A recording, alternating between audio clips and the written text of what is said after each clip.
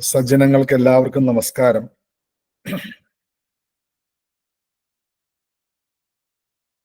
ലളിതാ സഹസ്രനാമ സ്തോത്രത്തിന്റെ ഒന്ന് രണ്ട് നാമങ്ങളുടെ അർത്ഥം നമ്മൾ അറിയാൻ ശ്രമിച്ചു. അത്രേ പറയാൻ പറ്റൂ. അതാണോ അതിന്റെ അർത്ഥം? അതിലും ഉപരിയായ എന്തെങ്കിലും ഉണ്ടോ എന്നൊക്കെ അറിയാൻ ഓരോരുത്തരും അമ്മയെ ഉപാസിച്ച് നോക്കിയാൽ മാത്രമേ മനസ്സിലാവൂ.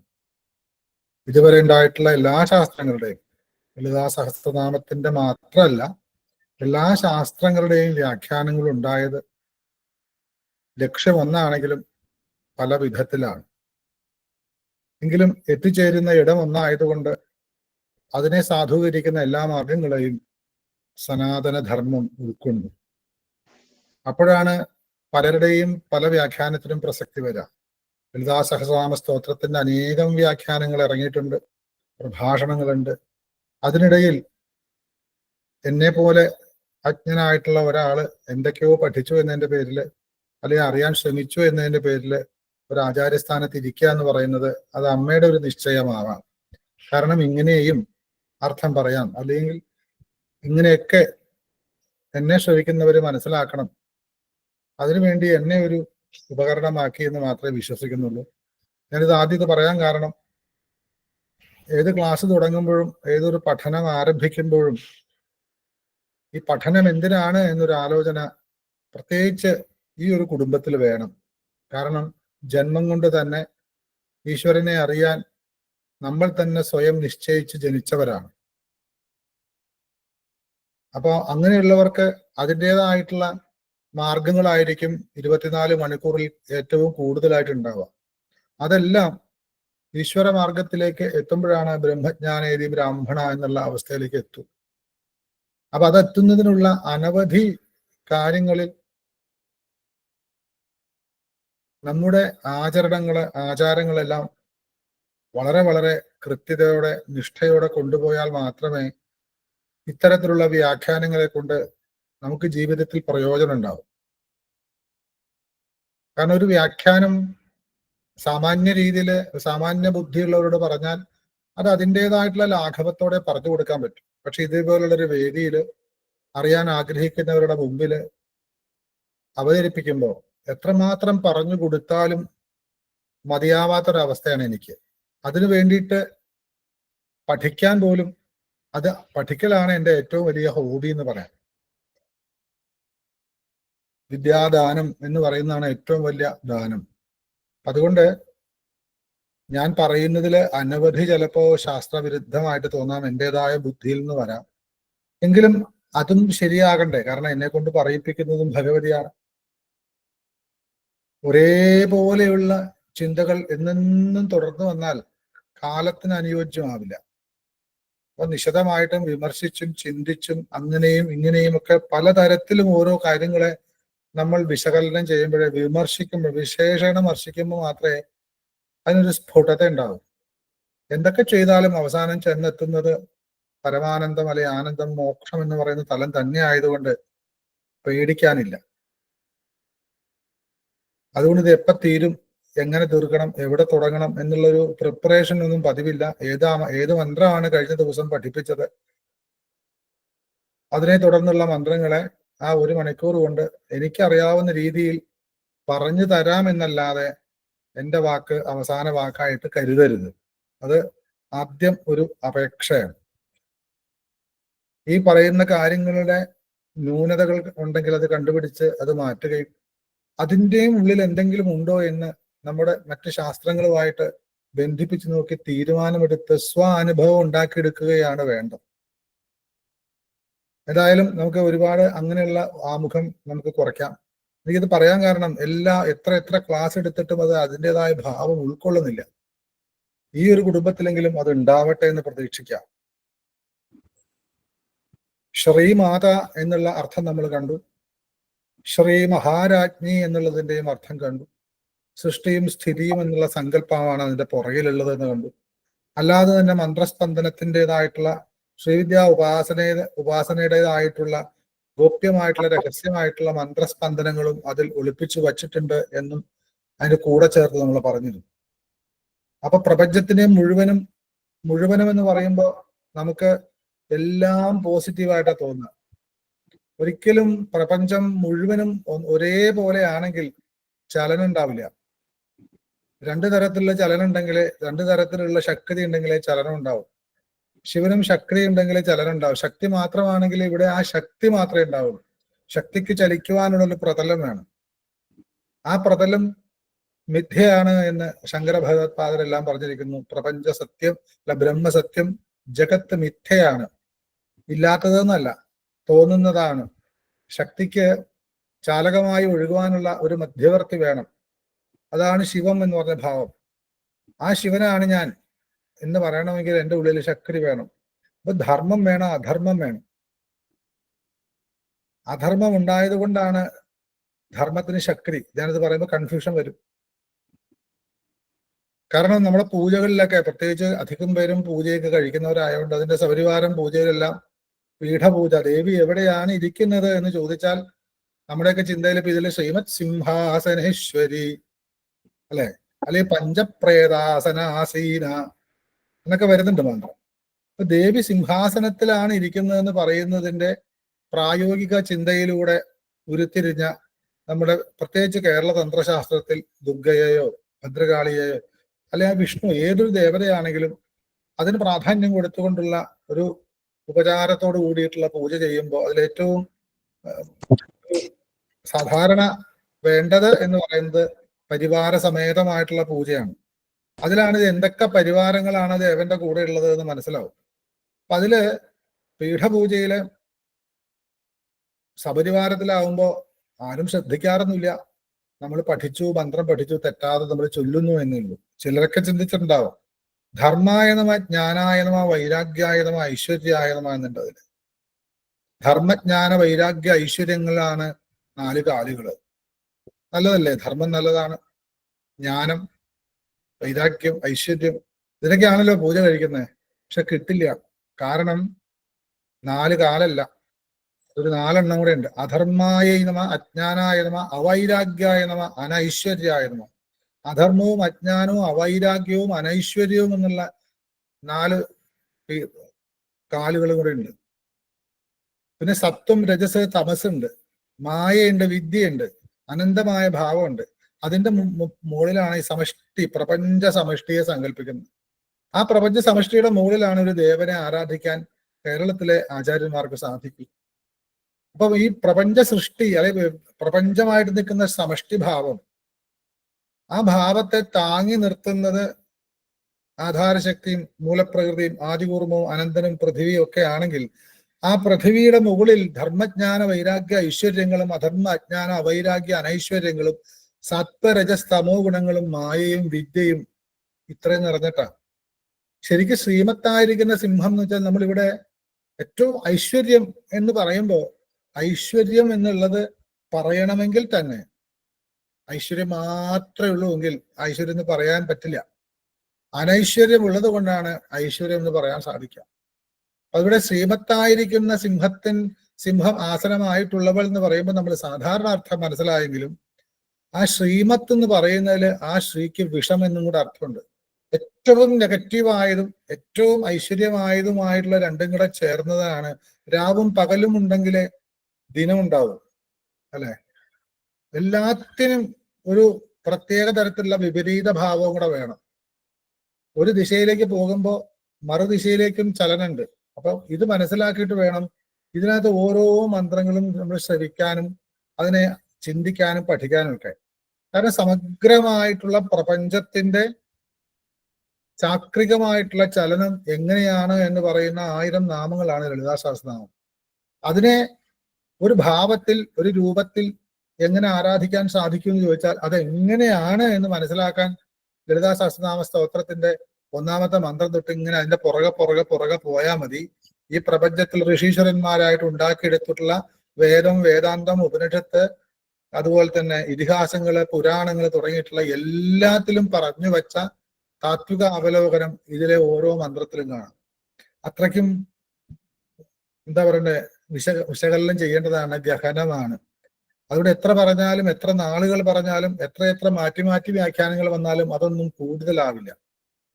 അപ്പൊ ശ്രീമത്തായിരിക്കുന്ന സിംഹാസനം എന്ന് പറയുമ്പോൾ ഇത് നമ്മൾ കണ്ടു, സിംഹത്തിന്റെ പുറത്തിരിക്കുന്നു എന്നുള്ളത് കൊണ്ട് ദേവി സിംഹത്തിന്റെ ആ സിംഹം ആസനമാക്കിയുകൊണ്ട് സിംഹാസനേശ്വരി. അത് ഏറ്റവും പവിത്രമായി ദുർഗ ഇരിക്കുന്നുണ്ട്, അല്ലെങ്കിൽ ദേവി ഇരിക്കുന്നുണ്ട് ശ്രീമത്ത് എന്ന് പറയാമെന്നുള്ള സാധാരണ അർത്ഥം. അല്ലാതെ തന്നെ എന്താണ് സിംഹം, സമ്പൂർണമായ സിംഹാവലോകനം എന്നൊക്കെ പറയാറുണ്ട് നമ്മൾ. ആ സിംഹത്തെ നമ്മൾ ഹംസമായും ഹംസയായും സോഹം ഹംസയായും ഒക്കെ കഴിഞ്ഞ പ്രാവശ്യം പറഞ്ഞു. അപ്പൊ സിംഹം എന്ന് പറഞ്ഞു കഴിഞ്ഞാൽ ഈ പ്രപഞ്ചത്തിലേക്കെയും നമ്മുടെ ഈ സംസാര സാഗരത്തിൽ വന്നു പിറന്ന ഓരോ ജീവനെയും ആ ഹംസപദത്തിലേക്ക് എത്തിക്കുവാനുള്ള ഹംസി എന്ന് പറയുന്ന ശക്തിയുടെ ഒരു വിപരീത ഭാവമാണ്. അത് സിംഹാണ്.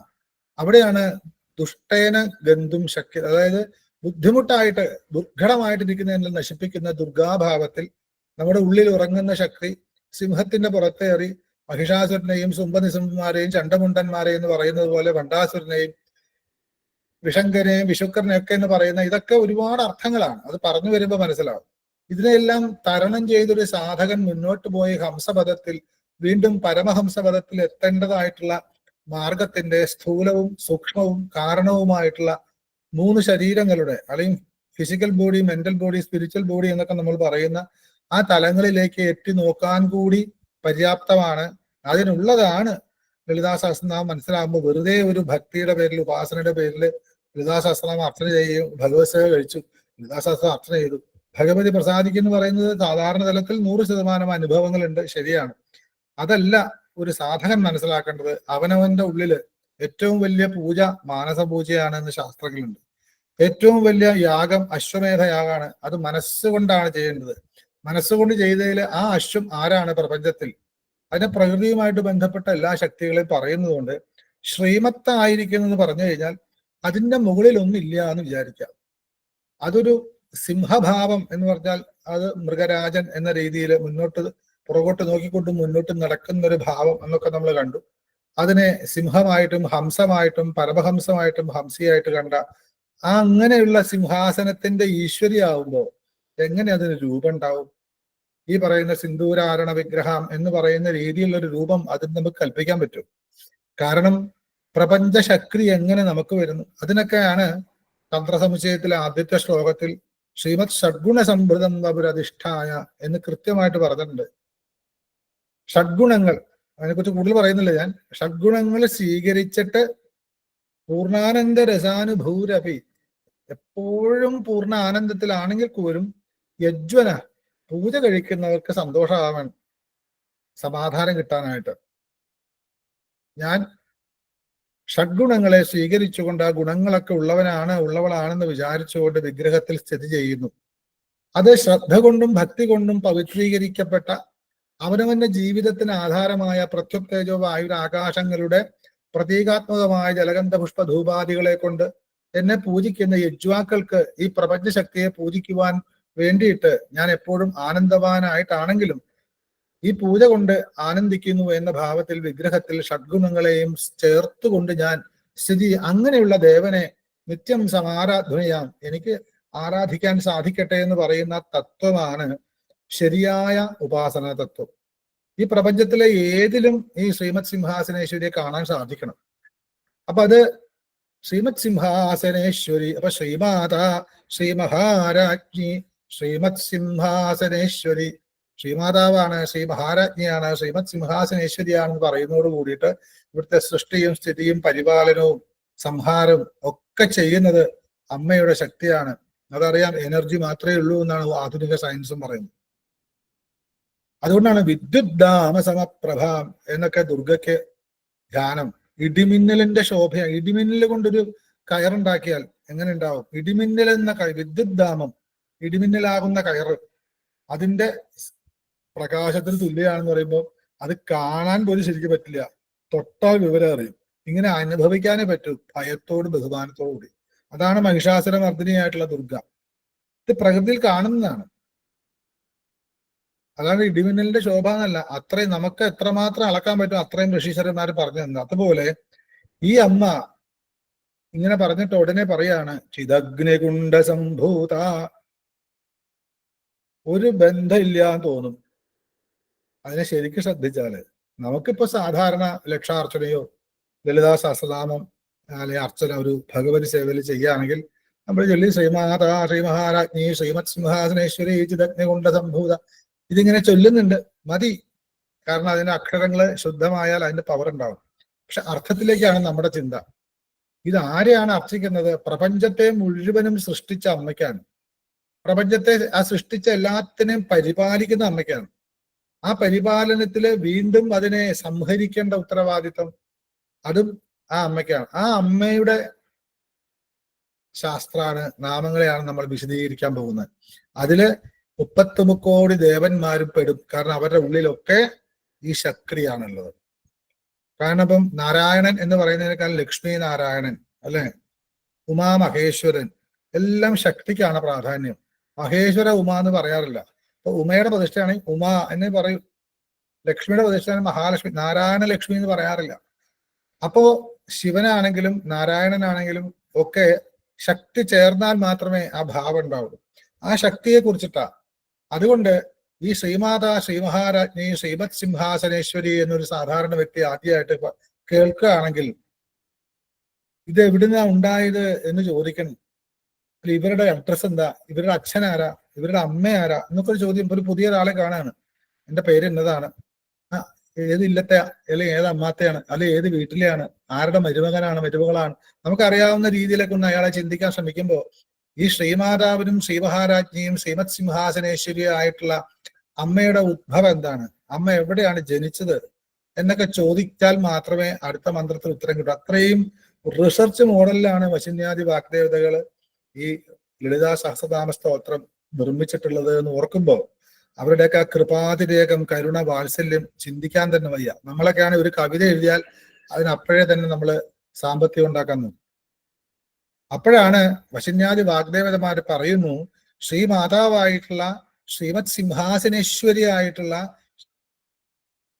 ശ്രീ മഹാരാജ്ഞിയായിട്ടുള്ള അമ്മ ചിദഗ്നികുണ്ഡ സംഭൂത, ഭൂതാഞ്ച ഉദ്ഭൂത, ജനിച്ചത് എന്നർത്ഥം. ഉദ്ഭൂതയ്ക്ക് മറ്റൊരർത്ഥം ചൈതന്യം എന്നൊക്കെ ഉണ്ട്, അത് പോട്ടെ. സംഭൂത, സമ്യക്കാകും വണ്ണം ഭൂജാതയായി എന്നർത്ഥാക്കാം. സംഭൂത, ഭൂതമായി, ഇവിടെ ജനിച്ചു. അപ്പൊ സംഭൂത, ജനിച്ചു എന്നുള്ളത് അത് ആരും പറയണ്ടല്ലോ. കാരണം നമുക്കറിയാം ശ്രീമാതാവാണ്, ശ്രീ മഹാരാജ്ഞിയാണ്, ശ്രീമത് സിംഹാസനേശ്വരിയാണ്, ഒക്കെ സമ്മതിച്ചു. സംഭൂതയാണ്. എവിടെ ഉണ്ടായത് എന്ന് ചോദിച്ചാൽ അഗ്നികുണ്ഡ സംഭൂത, അഗ്നികുണ്ഡത്തിലാണ് ഉണ്ടായത്. നമ്മളൊക്കെ കേട്ടിട്ടുള്ളത് ഒരമ്മയുടെ, അച്ഛന്റെയും അമ്മയുടെയും ഒരു ഭാര്യ ഭർത്താവിന് അവരുടെ ലൈംഗികമായിട്ടുള്ള സ്വാർത്ഥപരമായിട്ടോ അല്ലെങ്കിലോ ആ സൃഷ്ടിക്ക് വേണ്ടി പരമ്പര നിലനിർത്തുവാനുള്ള ആ ദാമ്പത്യ ജീവിതത്തിൽ ഉണ്ടാവുന്ന പുരുഷ ബീജത്തിന്റെയും സ്ത്രീ ബീജത്തിന്റെയും സങ്കലനം കൊണ്ട് 7-8 മാസം കൊണ്ട് വളർന്നു വരുന്ന ഭ്രൂണം ഒരു സന്താനമായി പരിണമിച്ച് എങ്ങനെയാണെന്ന് അറിയില്ല 9-ാം മാസം അവസാനമാകുമ്പോഴത്തേക്കും പുറത്തേക്ക് തള്ളാനുള്ളത് വന്ന് അമ്മയുടെ യോനിയിലൂടെ, അമ്മയുടെ ഗർഭപാത്രത്തിൽ നിന്ന് പുറത്തേക്ക് ശിരോദയം വന്ന് അതിന്റെ അതായത് നാഭിയുമായിട്ടുള്ള ബന്ധം മുറിച്ച് ആ കുട്ടി ശബ്ദം എന്ന രീതിയിൽ കരയാൻ തുടങ്ങുമ്പോഴാണ് നമുക്ക് കുട്ടി ജനിച്ചു എന്ന് നമ്മുടേതായ രീതിയിൽ സാധാരണ തലത്തിൽ പറയാൻ പറ്റും. പക്ഷെ ഇവിടെ ഒരു ഗർഭപാത്രമില്ല, ഒരച്ഛനില്ല, ഒരമ്മയില്ല, എന്താണെന്ന് പോലും മനസ്സിലാക്കുന്നില്ല. കുണ്ഡത്തിൽ നിന്നാണ് ഉണ്ടായത്. കുണ്ഡസംഭൂത എന്നാണ്. കുണ്ഡം എന്ന് വെച്ചാൽ ഒരുപാട് അർത്ഥങ്ങളുണ്ട്. അതൊക്കെ നമുക്ക് ഇനി വരുന്ന സമയത്ത്, ഇപ്പൊ കുണ്ടലിനി എന്ന് പറയുന്ന സമയത്ത് ഒക്കെ നമുക്ക് അതിന്റെ അർത്ഥങ്ങൾ പറയേണ്ട വരും. ഇതിൽ പറയാത്ത കാര്യങ്ങൾ പലതിൽ നമുക്ക് പറയാൻ സാധിക്കുന്ന രീതിയിലുണ്ട്. ചിലത് ഇതിൽ പറഞ്ഞ കാര്യങ്ങൾ തന്നെ പറയേണ്ട കാര്യങ്ങൾ വരാം. അപ്പൊ കുണ്ഡം എന്ന് വെച്ചാൽ ഒരു അർത്ഥമുണ്ട്. നമുക്കൊക്കെ അറിയാവുന്ന കുണ്ഡം എന്ന് വെച്ചാൽ ഹോമകുണ്ഡാണ്, അല്ലെ? ആ ഹോമകുണ്ഡം തന്നെയാണ് ഇവിടെ പറയുന്നത്. കാരണം എന്താ, അഗ്നികുണ്ഡമാണ്. അപ്പൊ അഗ്നിയുള്ള കുണ്ടാണ്, അപ്പൊ ഹോമകുണ്ഡം തന്നെയാണ്. പക്ഷെ അതിൽ നിന്ന് എങ്ങനെ ഒരു അഗ്നിയിൽ നിന്ന്, പുരാണങ്ങളിൽ പലതും ഉണ്ടാവാം, നമ്മൾ ആദ്യമായിട്ട് പഠിക്കുന്ന ഒരു ശാസ്ത്രം എന്ന രീതിയിൽ ചിന്തിച്ചേ പറ്റും. ഹോമകുണ്ഡത്തിൽ നിന്നൊക്കെ ഒരുപാട് ദേവതമാരുണ്ടായിട്ടുണ്ട്. ഇവിടെ അഗ്നികുണ്ഡത്തിൽ തന്നെയാണ്. അപ്പൊ അഗ്നി എന്താ എന്നൊക്കെ ചിന്തിച്ചു പോകേണ്ട വലിയൊരു വേറെ വിഷയമുണ്ട്. അഗ്നി കുണ്ഡത്തിലുണ്ടെങ്കിൽ അത് ഏത് കുണ്ഡമാണ്, കുണ്ഡം എന്താണ്, അഗ്നി എന്താണെന്നൊക്കെ അതൊക്കെ പിന്നീടുള്ള പല മന്ത്രങ്ങളിലൂടെയും ചിന്തിക്കുമ്പോൾ നമുക്ക് ചിന്തിച്ചു പോവാം, ഇല്ലെങ്കിൽ മന്ത്രം തീരില്ല. ഇത് കുണ്ഡസംഭൂതയാണ്, അഗ്നികുണ്ഡസംഭൂതയാണ്. പക്ഷെ എന്ത് അഗ്നിയാണ് എന്ന് ചോദിക്കാൻ നമുക്ക് വയ്യ. പക്ഷെ എന്നാലും വശിന്യാദി വാഗ്ദേവതമാര് അഗ്നിയെക്കുറിച്ച് മനുഷ്യനറിയാം, കുണ്ഡത്തെക്കുറിച്ച് മനുഷ്യനറിയാം, ഉദിച്ചു എന്ന് പറഞ്ഞാലും മനുഷ്യനറിയാം. പക്ഷെ പറഞ്ഞു കൊടുക്കേണ്ട ഉത്തരവാദിത്വം നമുക്കുണ്ട്. സാധാരണ കുണ്ടത്തിൽ നിന്ന് ഗണപതി ഹോമ കുണ്ടത്തിൽ നിന്നോ സുദർശന ഹോമ കുണ്ടത്തിൽ നിന്നോ അല്ലെങ്കിൽ വേറെ ഏതെങ്കിലും യാഗം നടത്തിയ ഹോമകുണ്ടത്തിൽ നിന്നോ ഒന്നുമല്ല. ചിദഗ്നികുണ്ഡ സംഭൂത, ചിത്താകുന്ന അഗ്നികുണ്ഡത്തിൽ നിന്നും ഉണ്ടായതാണ്. ചിത്ത പ്ലസ് അഗ്നി എന്ന് വരുമ്പോൾ ചിദഗ്നിയാവും. ചിത്ത് എന്നുള്ളത് അഗ്നിയോട് ആയോട് കൂട്ടിച്ചേർക്കുമ്പോൾ തകാരം ദകാരമാകും. അതുകൊണ്ട് ചിത ആണ് അവിടെ. ചിത്ത അഗ്നി ചിദഗ്നി, ചിദഗ്നികുണ്ഡ സംഭൂത സ്ത്രീലിംഗ ആയതുകൊണ്ട് അതുകൊണ്ടാണ് ഓം ചിദഗ്നികുണ്ഡ സംഭൂതായൈ നമഃ എന്ന് പറയാം. അപ്പൊ ചിദഗ്നികുണ്ഡ സംഭൂതയാണ്. അപ്പൊ ഈ ലളിതാ പരമേശ്വരി എന്ന് പറയുന്ന ദേവത സിന്ദൂരാരുണ വിഗ്രഹം എന്ന് നമ്മൾ പറഞ്ഞ 4 ധ്യാന ശ്ലോകങ്ങളിലൂടെയും അറിയാൻ ശ്രമിച്ച ആ സാക്ഷാൽ ലളിതാ പരമേശ്വരി ത്രിപുരസുന്ദരി എന്ന് പറയുന്ന ഭാവം ഉണ്ടായതെപ്പോൾ എന്ന് ചോദിച്ചാൽ ചിദഗ്നികുണ്ഡ സംഭൂത, ചിദഗ്നികുണ്ഡത്തിൽ നിന്നാണ് ഉണ്ടായത്. അപ്പൊ എന്താണ് ചിദഗ്നികുണ്ഡം എന്നറിയണ്ടേ? അപ്പൊ ചിദഗ്നികുണ്ഡം എന്ന് പറയുമ്പോൾ നമ്മുടെ ചിന്ത വരിക എന്താ? ഒരു ഹോമകുണ്ഡം, അതില് വിറക്, മേലരി പോലെയുള്ള ഹോമകുണ്ഡം, അതില് ഒന്നുകിൽ അഗ്നിജനനം ചെയ്തിട്ടോ അല്ലെ അരണി കടഞ്ഞിട്ടോ എങ്ങനെയും ഒരു അഗ്നിയുടെ ബന്ധം ഉണ്ടാക്കി അത് ജ്വലിപ്പിച്ച് ഹോമകുണ്ഡത്തിന്റെ ഹോമാചാരത്തിന്റെ ഒരു വലിയ ഹോമാചാരം, വലിയ ചെറിയ ഹോമാചാരം ഉണ്ടല്ലോ, ചാഞ്ചമതയായിട്ടുള്ളതും കൂട്ടച്ചമതയായിട്ടുള്ളതും കുറച്ചു പേർക്ക് മനസ്സിലാവും, അതുകൊണ്ട് അത് പറയുന്നത്. അതിന്റെയൊക്കെ ഓരോരോ ഘട്ടങ്ങളിലെ അതിന്റെ ആചരണങ്ങളെ എടുത്താൽ വലിയ വലിയ അർത്ഥങ്ങളാണ്. ഇവിടെ അങ്ങനെ ഒരു അഗ്നികുണ്ഡത്തിൽ ആണ് അമ്മ ഉണ്ടായത്. അത് ചിദഗ്നികുണ്ഡാണ്. അപ്പൊ ചിദഗ്നികുണ്ഡം എന്ന് പറയുന്നത് എന്താ? ചിത്താകുന്ന അഗ്നികുണ്ഡാണ്. അപ്പൊ ആ അഗ്നി എന്ന് പറയുന്നത് ചിത്താണ്.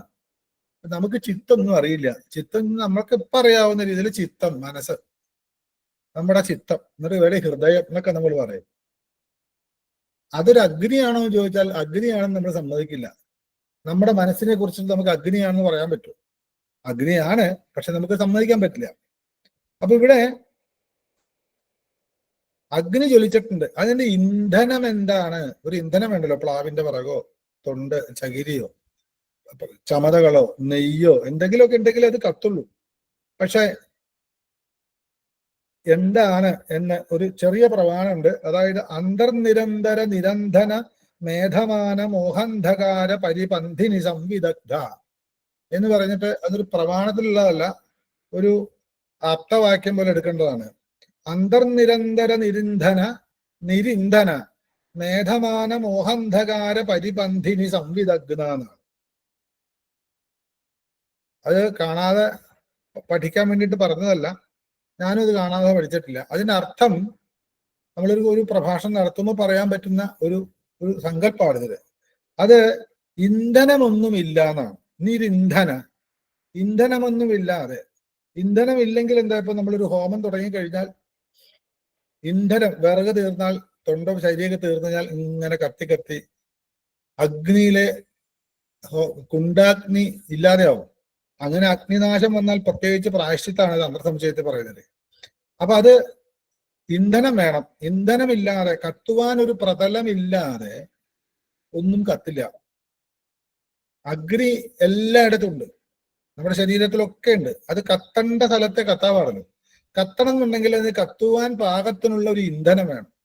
ഇവിടെ നിരിന്ധന എന്നാണ്, ഇന്ധനമില്ലാതെ എന്നാൽ സദാസമയവും കത്തിക്കൊണ്ടിരിക്കുക. സദാസമയം കത്തിക്കൊണ്ട്, ഇന്ധനമൊന്നുമില്ലാതെ സദാസമയം കത്തിക്കൊണ്ട് ഈ മായയാകുന്ന അന്ധകാരത്തെ, കത്തുമ്പോ വെളിച്ചാണ്, കാണുന്നത് മുഴുവനും ജഗൻ മിഥ്യ എന്ന് പറയുന്നതാ. ഈ മിഥ്യയെ തകർക്കുന്നതാണ് ഈ ചിദഗ്നി. ഹോമം കൊണ്ടായിട്ട് തന്നെ കണ്ടാൽ മതി. നമ്മളൊരു വല്ലാത്ത വേദാന്തത്തിലേക്ക് പോയാൽ നമുക്ക് ഡ്രൈ ആവും. ഒരു ഹോമം കൊണ്ട് ഉണ്ടെന്ന് വിചാരിക്കാം. ആ ഹോമത്തിൽ അഗ്നി ഉണ്ട്, അതിൽ ഇന്ധനമൊന്നുമില്ല, പക്ഷെ കത്തനുണ്ട് എന്ന് വെച്ചാൽ ഒരു ഇന്ധനവും ഇല്ലാതെ സദാസമയം കത്തിക്കൊണ്ടിരിക്കുന്നതും എന്നാൽ നമ്മുടെ ജ്ഞാനം അജ്ഞാനത്തെ നശിപ്പിക്കുന്നതും ദൂരീകരിക്കുന്നതുമായിട്ടുള്ള ആ അഗ്നിയെ ജ്ഞാനാഗ്നി എന്ന് പറയുന്നു. ജ്ഞാനമാകുന്ന അഗ്നിയാണ്. അതിനെയും അഗ്നിയായിട്ടാണ് ഭാരതീയ ഋഷിമാർ എല്ലാത്തിനെയും അഗ്നിയായിട്ടാണ് കണ്ടിട്ടുള്ളൂ. മറ്റ് വ്യക്തികൾ ഉണ്ടാവാം, പല പല ചെയ്യാൻ പറ്റിയിട്ടുള്ള അതിൻ്റെതായിട്ടുള്ള യാഗമാണെങ്കിലും മറ്റേത് യജ്ഞമാണെങ്കിലും ഹോമം പൂജയൊക്കെ ആണെങ്കിലും ചെയ്യാൻ വ്യക്തികൾ ഉണ്ടെങ്കിൽ തന്നെയും അഗ്നിയാണ് അവിടെ പുരോഹിതൻ. അഗ്നിമീഡേ പുരോഹിതം യജ്ഞസ്യ ദേവ മൃത്യുജം, അല്ലെ? അല്ലെങ്കിൽ അഗ്നിമീളേ പുരോഹിതം, വേദാദി ഋഗ്വേദത്തിന്റെ ആദ്യം പറയുന്നതാണ്. പുരോഹിതം അഗ്നിം ഈടേ എന്നാണ്.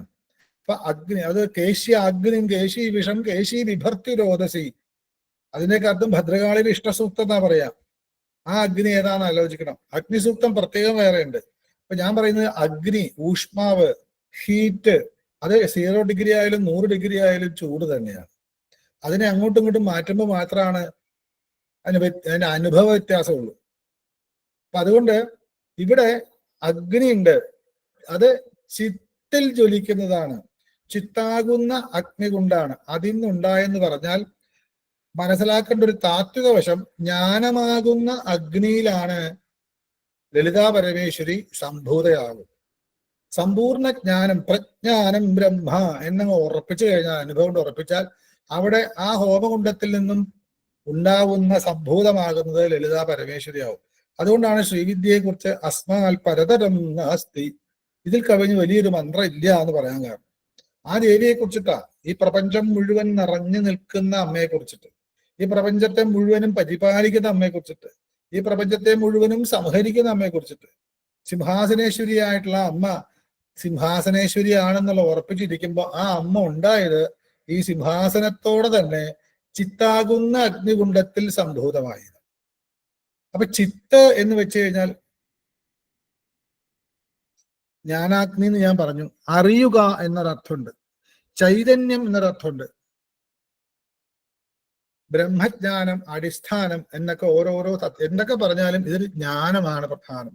അപ്പൊ ജ്ഞാനമാകുന്ന അഗ്നി, ആ അഗ്നികുണ്ഡം, ആ അഗ്നികുണ്ഡത്തിൽ നിന്നുണ്ടായി എന്ന് പറയുമ്പോൾ സാധാരണ നമ്മളൊരു ദേവിയെ ചിന്തിക്കുന്നത് പോലെ, ഒരു രാജരാജേശ്വരിയെന്നോ ദുർഗാണോ ഭദ്രകാളി ചിന്തിക്കുന്ന പോലെ ചിന്തിച്ചാൽ പോരാ.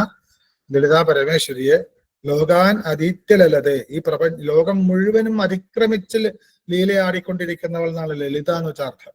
അപ്പൊ അതുകൊണ്ട് ഇതിലെ സഹസ്രനാമത്തിന്റെ അർത്ഥതലങ്ങളിൽ പോകുമ്പോൾ ആ ഒരു കയറ് കയ്യിൽ നിന്ന് വിട്ടു പോവാതിരിക്കണം. ഇതിന്റെ ഉയർന്നൊരു താത്വിക തലത്തിലേക്ക് സാധകരെ കൊണ്ടുപോകാൻ വേണ്ടിയിട്ട് ഒരു നാമമാണ് വശന്യാദി വാഗ്ദേവതാർ ഉണ്ടാക്കിയിട്ടുള്ളത്.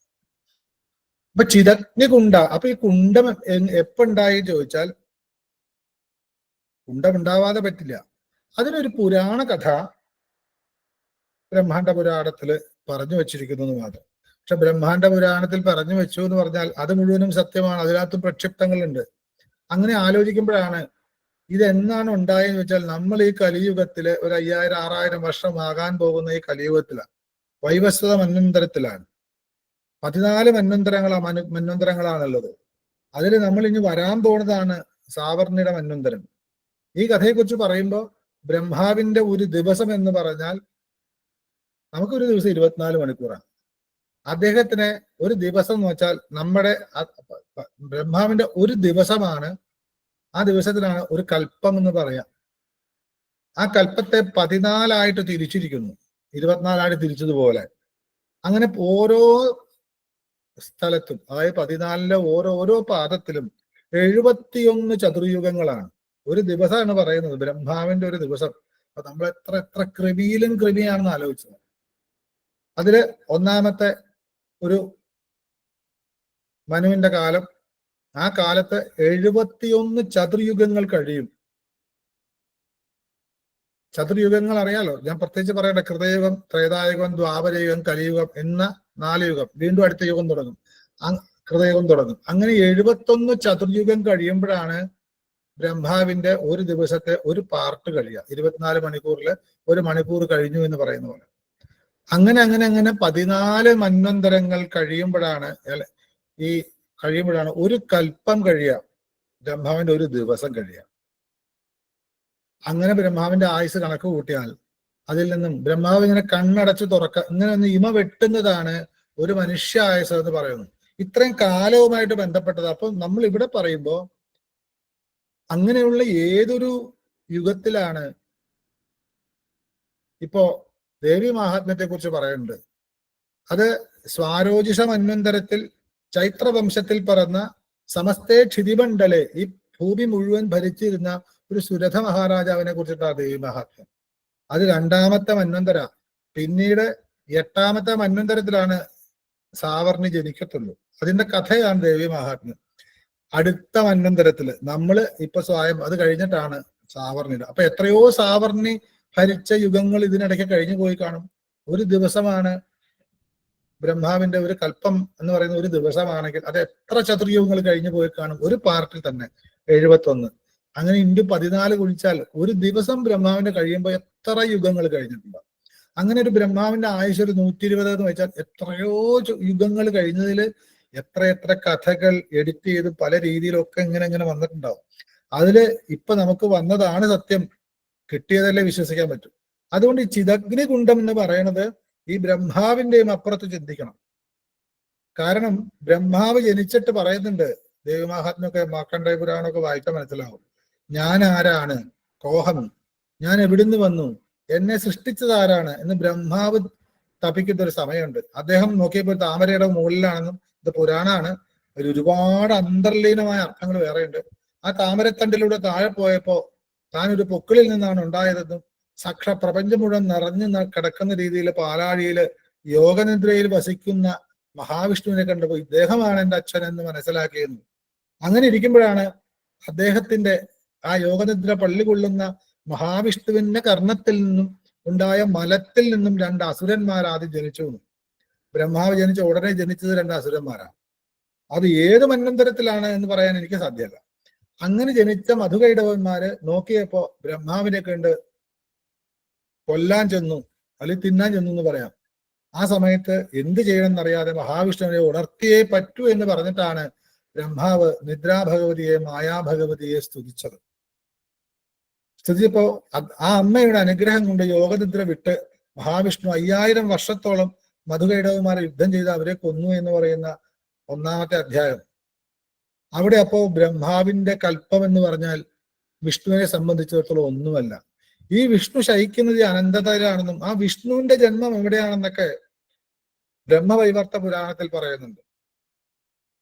അതുകൊണ്ട് ഞാൻ കിടക്കുന്നില്ല. അപ്പൊ ഞാൻ പറയുന്നത് അത്രയും വിശാല, എത്രയോ കോടി നമുക്കൊന്നും മനുഷ്യന്റേതായ എണ്ണം വെച്ച് പറയാൻ പറ്റാത്ത ഈ പ്രപഞ്ചത്തിന്റെ ആദി സോകാമയത ബഹുസ്യാം പ്രജായയ, ഞാൻ പലതായി ഭവിക്കട്ടെ എന്ന് ഈ പ്രപഞ്ചത്തിന്റെ ആദി ശബ്ദത്തിലുണ്ടായോ അന്നുണ്ടായതാണ് ജ്ഞാനത്തിൻ്റെതായ അഗ്നികുണ്ഡം. അപ്പൊ ആദ്യ എന്ന് പറയേണ്ടവർ ആ ചിദഗ്നികുണ്ഡം ആണ് അമ്മയുടെ കുണ്ഡം. അതിൽ നിന്നുണ്ടായി എന്ന് പറഞ്ഞാൽ ആ ജ്ഞാനം മനസ്സിലാക്കിയിട്ടുള്ളൊരു യാഗം നടന്നിരിക്കണം. എന്തെന്ന് ആലോചിക്കുമ്പോഴാണ് ലളിതാ സഹസ്രനാമത്തിൻ്റെതായ പുരാണ പ്രസിദ്ധമായിട്ടുള്ള ഭാഗങ്ങളെ നമുക്ക് ചിന്തിക്കേണ്ടി വരിക. അപ്പൊ ചിദഗ്നികുണ്ഡം അതിനു മുമ്പേ ഉണ്ടായിരിക്കണം. 100 യോജന വിസ്താരത്തിൽ ദേവന്മാര് 100 യോജന അതിൽ കൂടുതലും പറയുന്നുണ്ട്. ഒരു മഹാകുണ്ഡമുണ്ടാക്കി എന്തിനു വേണ്ടി? മഹായാഗം ചെയ്യാൻ. അതുകൊണ്ടാണ് അടുത്ത് മഹായാഗക്രമാരാധ്യ വരുന്നുണ്ട്. ഒരു മഹായാഗം ചെയ്യാൻ തീരുമാനിച്ചു. അതെന്തിനു തീരുമാനിച്ചു? അങ്ങനത്തെ ദേവേന്ദ്രനൊക്കെ ഇങ്ങനെ ചെയ്യേണ്ടത് വന്നാൽ എന്നൊക്കെ ചോദിക്കുമ്പോഴാണ് അടുത്ത മന്ത്രം ദേവകാര്യസമുദ്യത എന്ന് വരുള്ളൂ. അപ്പൊ ചിദഗ്നികുണ്ഡത്തിൽ നിന്നും ഉണ്ടായി എന്ന് പറഞ്ഞാൽ പ്രപഞ്ചത്തിന്റെ സമ്പൂർണ്ണ ജ്ഞാനത്തിൽ നിന്ന് മാത്രമേ ലളിതാ പരമേശ്വരി ഉണ്ടാവൂ. ആ ലളിതാ പരമേശ്വരിയെ വീണ്ടും ആ ജ്ഞാനത്തിലൂടെ ഒരു പ്രാവശ്യം മൃത്യുഞ്ജയം കഴിച്ചു, വീണ്ടും കഴിച്ചുകൂടെ? ഒരു അശ്വമേധയാഗം കഴിച്ചു, വീണ്ടും കഴിക്കാം. ഓരോ യുഗങ്ങളിലും ഓരോന്ന് നടത്തിയിട്ടുണ്ട്. അപ്പൊ ശ്രീകൃഷ്ണൻ യുദ്ധം ചെയ്യുന്ന സമയത്ത് അർജുനോട് പറഞ്ഞു താഴെ ഇറങ്ങി വനദുർഗയ്ക്ക് പൂജ കഴിക്കാൻ പറയുന്നുണ്ട്. അങ്ങനെ വനദുർഗയുടെ പൂജ കഴിച്ചിട്ടുള്ള ശക്തി കൊണ്ടാണ് യുദ്ധം ജയിച്ചെന്ന് പറഞ്ഞ ചരിത്രങ്ങളുണ്ട്. അതുപോലെ ഓരോ കാലഘട്ടത്തിലും ഇത് തന്നെയാണെങ്കിലും ഇതിൽ നിന്ന് വിഭിന്നമായി സംഭവിച്ചിരിക്കാം. അങ്ങനെ ഇവിടെ ചിന്തിക്കുമ്പോൾ ചിത്ത എന്ന് പറയുന്ന ഒരു ഇന്ധനം ഇല്ല എന്ന് മനസ്സിലാക്കുക. അതാണ് ലോകത്തിലെ ഏറ്റവും വലിയ ഇന്ധനം. അത് അവനവന്റെ ജ്ഞാനമാണ്. ആ ജ്ഞാനമാകുന്ന അജ്ഞാനം മാറി, അതായത് കത്തിയിട്ട് മുഴുവനും ഭസ്മമാകുന്ന രീതിയിൽ, ഭൗതികത മുഴുവൻ ഇല്ലാത്ത രീതിയിൽ ആ പ്രജ്ഞാനം എന്നുള്ള ഭാവത്തിലെത്തുമ്പോൾ ജ്വലിക്കുന്ന അഗ്നിയാകുന്ന വളരെ വളരെ വളരെ കുണ്ടലിതമായ ആ കുണ്ടത്തിലെ ദേവി ഉദിക്കൂ എന്ന് പറഞ്ഞാൽ പ്രപഞ്ച മനസ്സിൽ നിന്നാണ് ഭഗവതി ഉണ്ടായത്. മനസ്സൈവ ജഗത് സൃഷ്ടി എന്ന് പറയുന്നത്. മനസാ ഏവ ജഗത്, മനസ്സുകൊണ്ട്, മനസ്സൊന്നുകൊണ്ട് മാത്രമാണ് ഈ പ്രപഞ്ചത്തിന്റെ സൃഷ്ടി എന്ന പ്രമാണമുണ്ട്. അപ്പൊ അത് പ്രപഞ്ച മനസ്സിൽ നിന്നുണ്ടാവുക. സാധാരണ മനസ്സിൽ നിന്ന് മാത്രമേ പണ്ട് ലിംഗയോനി ബന്ധം പിന്നീട് വന്നതാണെന്നാണ്. അതിനു മുമ്പ് എല്ലാം മനസ്സുകൊണ്ടായിരുന്നു സൃഷ്ടി. അത് അത്രയും ഉയർന്ന സാധനയായിരുന്നു. ലളിതാ സഹസ്രനാമത്തിന്റെ കുറച്ചും കൂടെ ചെല്ലുമ്പോൾ അനാദിനിധന എന്നൊരു മന്ത്രം വരുന്നു. ആ സമയത്ത് നമുക്ക് ഇതിനെക്കുറിച്ച് കൂടുതൽ ചിന്തിക്കാം. എങ്കിലും അങ്ങനെയുള്ള ജ്ഞാനമാകുന്ന അഗ്നി ജ്വലിപ്പിച്ചാൽ മാത്രമേ ദേവന്മാരുടെ ഏതോ കാര്യം സംഭവിക്കൂ. അപ്പൊ ദേവന്മാർക്ക് എന്താണ് സംഭവം, എന്താണ് ദേവന്മാർക്ക് പ്രത്യേക കാര്യം ചോദിക്കുമ്പോഴാണ് അവിടെയാണ് ഭണ്ഡാസുരൻ്റെതായിട്ടുള്ള കഥ വരിക. അത് ഭണ്ഡാസുരനെ ഉള്ള യുദ്ധമായിട്ട് വരുന്ന സമയത്ത് പറയാമെങ്കിലും ഉള്ള സമയം വെച്ച് കുറച്ച് പറയേണ്ട വരും. അതായത് യോജന വിസ്താരത്തിലുള്ളൊരു അഗ്നികുണ്ഡം അല്ലെങ്കിൽ ഹോമകുണ്ഡം ഉണ്ടാക്കിയെന്നും അതിൽ ദേവേന്ദ്രാദികൾ മുഴുവനും ഇരുന്നിട്ട് വളരെ വളരെ കാര്യമായിട്ട് ഈ സാക്ഷാൽ ശ്രീവിദ്യാദേവിയെ, ജ്ഞാനമൂർത്തിയെ യാഗം ചെയ്ത് പ്രീതിപ്പെടുത്താൻ ശ്രമിച്ചു. അതെന്താണ് കാരണം എന്ന് ചോദിച്ചാൽ ഭയം കൊണ്ടാണ്. ഇന്ദ്രിയങ്ങളുടെ സമ്പൂർണമായ അതിൽ അടിമപ്പെട്ട് എല്ലാ സുഖഭോഗങ്ങളും അനുഭവിക്കുന്ന തലം ഏതോ അതാണ് ഇന്ദ്രലോകം. അവിടെ എപ്പോഴും ഭയമുള്ളൂ. സ്ഥാനമാനങ്ങൾ ആഗ്രഹിക്കാത്ത, ഒന്നും പ്രതീക്ഷിക്കാത്ത സ്ഥലത്ത് ഭയം ഉണ്ടാവില്ല. അങ്ങനെയുള്ള ഇന്ദ്രാദികളുടെ കഷ്ടതയിൽ, ദുരിതത്തിൽ പേടിച്ച് തനിക്ക് സ്ഥാനമാനങ്ങൾ ഇല്ലാതെ പോയി എന്ന് പേടിച്ചിട്ട് എന്തിനോ വേണ്ടിയിട്ടാണ് എന്ന് പറയുമ്പോഴാണ് ദേവകാര്യ സമുദ്യത. അപ്പൊ ദേവന്മാരുടെ കാര്യം എന്തായിരുന്നു എന്ന് ചോദിച്ചാൽ അവിടെ നമ്മൾ പറഞ്ഞു വരേണ്ടത് പ്രപഞ്ചത്തിന്റെ ആദി പ്രജാപതിയെ കുറിച്ച് പറയേണ്ടി വരും. ദക്ഷപ്രജാപതി. ദക്ഷപ്രജാപതിക്ക് ഉണ്ടായ ഒരു മകൾ സതി. ആ കഥയിൽ നിങ്ങൾക്ക് അതേ പ്രത്യേകിച്ച് പറയേണ്ടതില്ല, ഞാൻ വെറുതെ അതിന് തൊട്ടുപോകുന്നേ ഉള്ളൂ. സതിയെ മഹാദേവന് ഇഷ്ടമില്ലാതെയാണെങ്കിൽ കൂടി വിവാഹം കഴിച്ചു കൊടുത്ത് പിന്നീട് തന്നെ മകളെ കാണാനെന്നോ പലതരത്തിലുള്ള പുരാണ കഥകളുണ്ട്. ഞാൻ ഒരു കഥയെ പറയുന്നുള്ളൂ. വേറെയും ഈ സതിയുടെ ദേഹത്യാഗത്തെ കുറിച്ച് വേറെ പലതിലും സെയിം ആണെങ്കിലും വ്യത്യാസമുണ്ട്. അവിടെ ചെന്ന സമയത്ത് ബ്രഹ്മാവും ശിവനും അവിടെ ഉണ്ട്. ശിവൻ എഴുന്നേറ്റില്ല എന്നുള്ളതാണ് കാരണം. ബ്രഹ്മാവ് പിന്നെ തന്റെ അച്ഛനാണ് എന്ന രീതിയിൽ ദക്ഷൻ സമാധാനിച്ചു. ശിവൻ എഴുന്നേൽക്കാതെ തന്നെ അപമാനിച്ചു എന്ന രീതിയിൽ ആ അഹങ്കാരം കൊണ്ട്, ആ ഒരു അപമാന ഭാരം കൊണ്ട് ശിവനോട് അസ്വസ്ഥത വരികയും, ചെറിയൊരു കാര്യമാണ് അല്ലെ, ഞാൻ വന്നപ്പോ എൻ്റെ മകളെ കാണാൻ വന്ന എൻ്റെ മരുമകനാണ് ശിവൻ. ഈ ശിവനെ മരുമകനായി കണ്ടതാണ് അവിടെ ഏറ്റവും വലിയ അബദ്ധം. താൻ തന്റെ മകളെ കൊടുത്തത് സാക്ഷാൽ പ്രപഞ്ച പിതാവിനാണ്, പ്രപഞ്ചേശ്വരനാണെന്ന് വിചാരിച്ചിരുന്നെങ്കിൽ അവിടെ പിന്നെ ചിന്തയെ ഉണ്ടാവില്ല. അങ്ങനെ ചിന്തിക്കുമ്പോഴാണ് കൈലാസം എന്ന് പറയുന്ന ആ പദത്തിന്റെ അർത്ഥം പോലും എത്ര അഗാധതയാണെന്ന് മനസ്സിലാവുക. എന്തായാലും എഴുന്നേക്കാത്തത് കൊണ്ട് ആ ശിവനെ അവഹേളിക്കാനായിട്ട് ഒരു യാഗം നടത്തുകയും, അത് ചിതഗ്നി കുണ്ടൊന്നുമല്ല, ദക്ഷയാഗം നടന്ന കുണ്ടാണ്. അവിടെ ശിവനെ മാത്രം ക്ഷണിക്കാതിരിക്കുക. നിങ്ങൾക്ക് കഥ അറിയാം. മഹാവിഷ്ണുവിനെ ആ യാഗത്തിന്റെ രക്ഷയ്ക്കായി വെക്കുകയും ചെയ്ത ബ്രഹ്മാവിന്റെ വിഷ്ണുവുണ്ട്. ത്രിമൂർത്തികൾക്കും അതിന് ഒരു സ്ഥാനം വെക്കാതെ യാഗം പൂർത്തിയാവില്ല എന്നാണ്. ശിവനെ മാത്രം വിളിക്കാതെ, ഇതറിഞ്ഞ സതി എനിക്ക് അച്ഛന്റെ യാഗത്തിൽ പങ്കെടുക്കണം എന്ന് പറഞ്ഞപ്പോ അപമാനം ഉണ്ടാവും, പിന്നെ ബുദ്ധിമുട്ടാവെന്ന് പറഞ്ഞിട്ടും ഭർത്താവ് പറഞ്ഞാൽ കേൾക്കാതെ പോയ തന്റെ ഭാര്യയായ സതി ദക്ഷന്റെ ആ യാഗത്തിൽ ചെന്ന് എല്ലാവരും സ്വീകരിക്കുന്ന വിചാരിച്ച യാഗത്തില് എല്ലാവരും തിരസ്കരിക്കപ്പെട്ടു. ആ സതി എന്നൊരാൾ വന്നതായി പോലും അറിഞ്ഞില്ല. അവസാനം ശിവനെ ദുഷിച്ചുകൊണ്ട് ദക്ഷന്റേതായിട്ടുള്ള അസഭ്യഭക്ഷണമായിട്ടുള്ള വാക്കുകളും പരിപൂർണ ശിവനിന്ദ വന്ന സമയത്ത് മഹാദേവൻ പറഞ്ഞതായിരുന്നു ശരി എന്നെല്ലാം വിചാരിച്ച് ആദ്യത്തെ പ്രജാപതിയാണ് ദക്ഷം. ഞാനാണ് ഈ പ്രപഞ്ചത്തിലെ പ്രജകളുടെ പതി എന്ന് ആഗ്രഹിച്ച ആദ്യത്തെ ഭരണാധികാരി എന്നാണ് പറയുന്നത് പുരാണങ്ങളിൽ. നമുക്ക് കണ്ടാൽ മാത്രമേ നമുക്ക് മനസ്സിലാവൂ, അനുഭവിച്ചാലല്ലേ മനസ്സിലാവൂ. അങ്ങനെയുള്ള ആ ഒരു തന്റെ ഭർത്താവിനെ അപമാനിച്ചു എന്നുള്ള വ്യഥയില് യോഗാഗ്നിയില് സതി അവിടെ മരിച്ചു എന്നും ആ മരിച്ച സതിയുടെ വാർത്ത അറിഞ്ഞ് അതിശക്തമായ കോപം വന്ന മഹാദേവൻ തന്നെ ജട പിടിച്ച് നിലത്തടിച്ച് വീരഭദ്രനും കൊടുങ്കാളി ഉണ്ടായി ദക്ഷയാഗം നശിപ്പിച്ച് ദക്ഷന്റെ തല വെട്ടി. അതൊക്കെ നിങ്ങൾക്ക് അറിയാം, ഞാൻ വേഗം വേഗം പറഞ്ഞു പോവാണ്. അവസാനം ആ സ്ഥാനത്ത്, തലയുടെ സ്ഥാനത്ത് ഒരു ആടിന്റെ തല വെച്ച് കൊടുത്ത് ശിവനെ ആരാധിക്കുന്ന രീതിയിലാണ് രുദ്രം ചമകമൊക്കെ ഉണ്ടായത്. അങ്ങനെയുള്ള അതില് ആ സതിയുടെ ദേഹത്യാഗത്തിൽ മനം നൊന്ത് തന്റെ കർത്തവ്യം, സംഹാരം എന്ന കർത്തവ്യം മറന്ന് സതിയുടെ ശരീരവുമായിട്ട് വേറെ ഏതോ മാനസിക തലത്തിൽ നടന്നിരുന്ന മഹാദേവനെ വീണ്ടും കർമ്മത്തിലേക്ക് കൊണ്ടുവരാനായിട്ട് സാക്ഷാൽ മഹാവിഷ്ണു തന്റെ കയ്യിലുള്ള സുദർശന ചക്രം കൊണ്ട് സതിയുടെ ദേഹത്തെ പലതാക്കി മുറിച്ചെന്നും 51 കഷണങ്ങളായിട്ട് ഭാരതത്തിന്റെ നാനാഭാഗത്തു നിന്ന് വീണ് അത് പിന്നീട് 51 ശക്തിപീഠങ്ങളായി തീർന്നു എന്നുള്ള കഥയും നിങ്ങൾക്കറിയാം.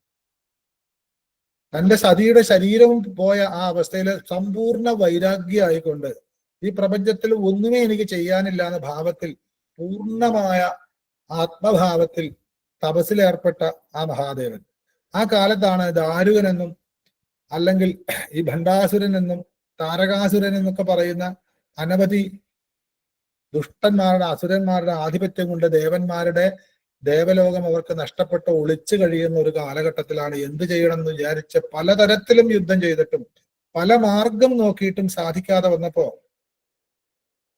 ദേവർഷിയുടെ, അതായത് ദേവന്മാരുടെ ഗുരുവായിട്ടുള്ള ബൃഹസ്പതിയുടെയും അനേകം ഋഷിമാരുടെയും ആലോചനയിൽ അവരുടെ ഉപദേശം കേട്ടുകൊണ്ട് മഹാത്രിപുര സുന്ദരിയെ ജനിപ്പിക്കണം എന്ന് പറഞ്ഞിട്ടാണ് അതിലേറ്റവും പ്രധാനമാണ് ഭണ്ഡാസുരൻ.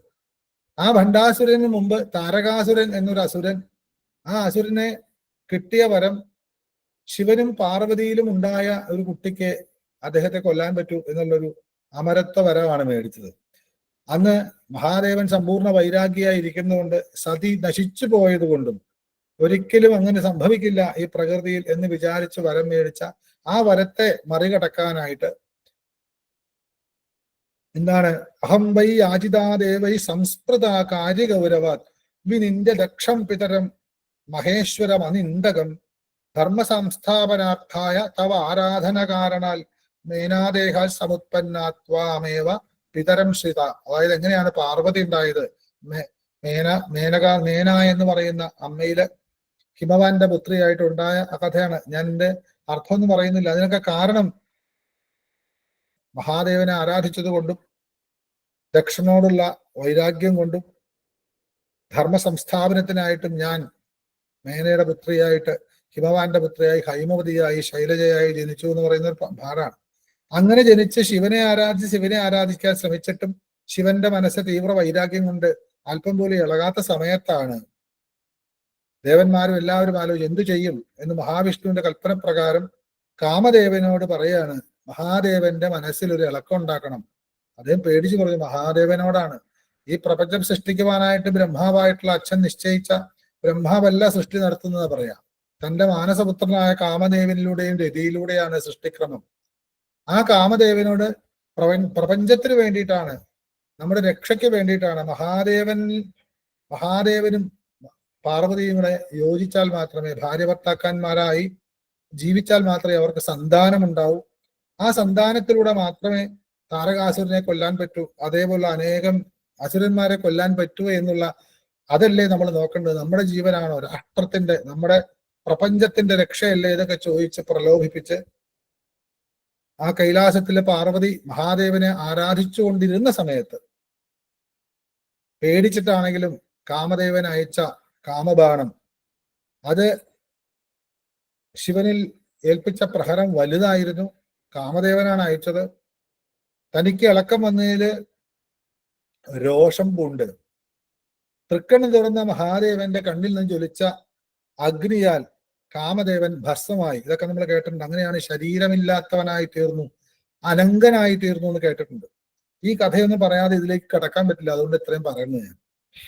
അങ്ങനെ അനങ്കനായി തീർന്ന ആ സമയത്ത് എന്തായാലും അതിന്റെ പ്രഭാവം കൊണ്ട് മഹാദേവനിലേക്ക് ദൃഷ്ടി കൊണ്ട് അല്പം മനസ്സലിഞ്ഞിട്ടുണ്ടാവണം.